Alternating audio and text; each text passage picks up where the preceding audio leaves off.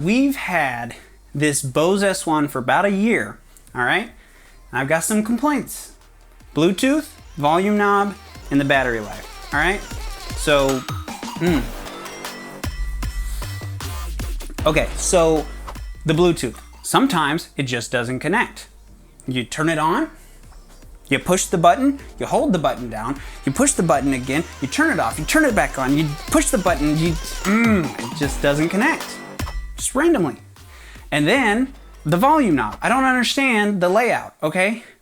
Why would you have the volume knob go past 0 if it doesn't get any louder? All it does is distort the music more, and it clips your music. It just...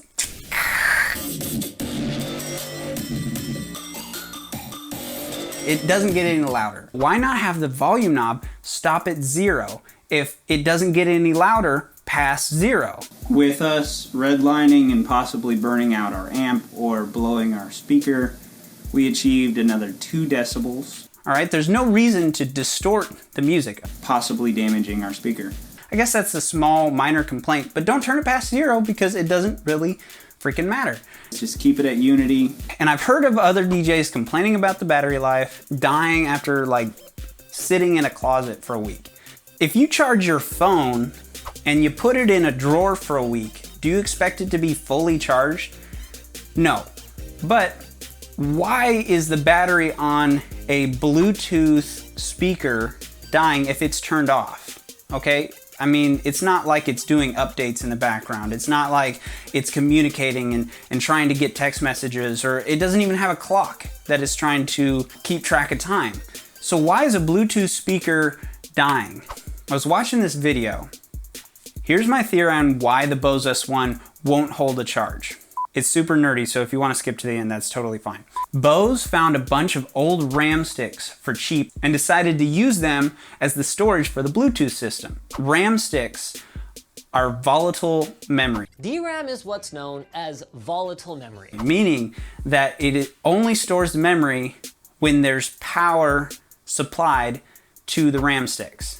If you cut it off from power, it erases everything on the disk. So I think that they found a bunch of old RAM, you know, like DDR1 RAM that they could get on the cheap and used it as their flash storage for storing the little bit of Bluetooth devices the Bluetooth speaker has to connect with.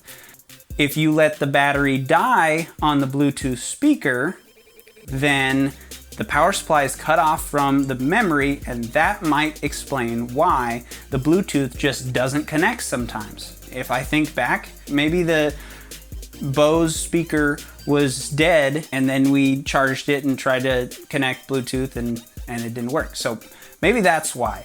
Linus from Linus Tech Tips does a much better job explaining how that all works. He just did a video on that. Go watch that video if you want to know how that works.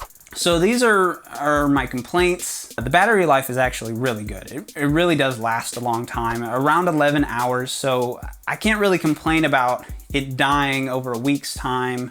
I haven't really noticed that problem so much because, you know, it sits on a shelf at work and it's left plugged in until we need it. So the battery life isn't really a problem for us, and it doesn't take long for it to charge either, because if you flip the switch down, it turns into quick charge mode. And let's say you fully charged the battery a week ago, put it in your closet, and then you're about to leave for your gig, but you've got to load up all your equipment. Bose speaker, plug it in, switch, quick charge, load up all your equipment, takes you about 15 minutes. Come back to the Bose speaker, grab it, unplug it. It should be fully charged by then. If it's not fully charged, it's got enough for the night. You know, it's a great little speaker for a hour, 2 hour long ceremony with 150 people. If you want it louder, you know, you get a second speaker, you may be able to push that to 200. So there's not like that low end oomph like a K12 or yeah, K12, because I was gonna say EV, ZLX, and they don't really have low end thump either. If you're out in the middle of nowhere, you need a battery powered speaker, they're a great speaker. I still recommend them. I think they're great. fix the Bluetooth problem. That's the most frustrating part. Other than that, they perform great. They're clear, sound great, last forever. The battery lasts forever. You get a little battery pack, power your wireless mic or something, you're like fully no need for power. So, all right, I'm gonna get out of here. That's my complaint. See ya.